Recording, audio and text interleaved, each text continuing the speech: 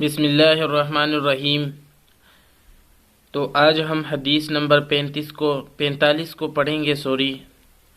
حدیث نمبر 45 میں محبت انسان کو اندھا اور بہرا کر دیتی ہے۔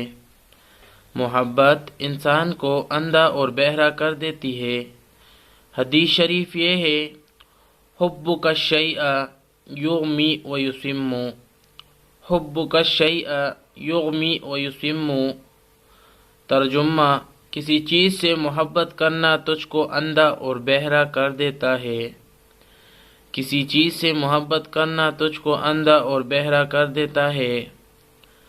تشریح میں محبت کی تعریف کی جا رہی ہے کہ امام غزالی رحمۃ اللہ علیہ نے محبت کی تعریف یہ لکھی ہے کہ پسندیدہ چیز کی طرف طبیعت کا مائل ہونا، یعنی آپ کا مزاج اس کو پسند کرنے لگے تو اس کو مائل ہونا کہتے ہیں۔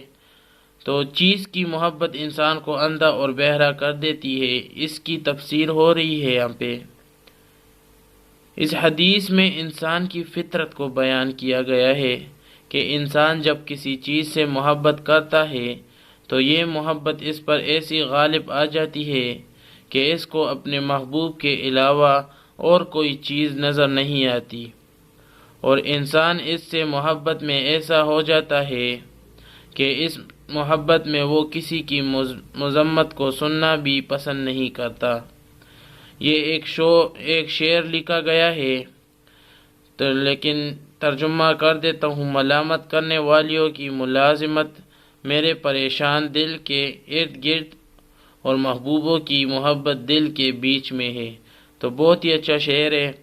اور دوسرے شعر کا ترجمہ یہ ہے کہ اے مولا، تیری محبت کی یاد نے مجھے مدہوش کر دیا، کیا تو نے کسی ایسے محب کو دیکھا ہے جو مدہوش نہ ہوا ہو؟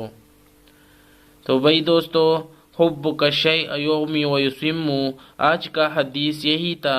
تو اگر آپ نے ہمارے چینل کو سبسکرائب نہیں کیا ہے تو خدمت حدیث کو سبسکرائب کر لے اور بیل آئیکن کو آل پہ کر دے تاکہ ہماری ویڈیو آپ تک سب سے پہلے پہنچ سکے۔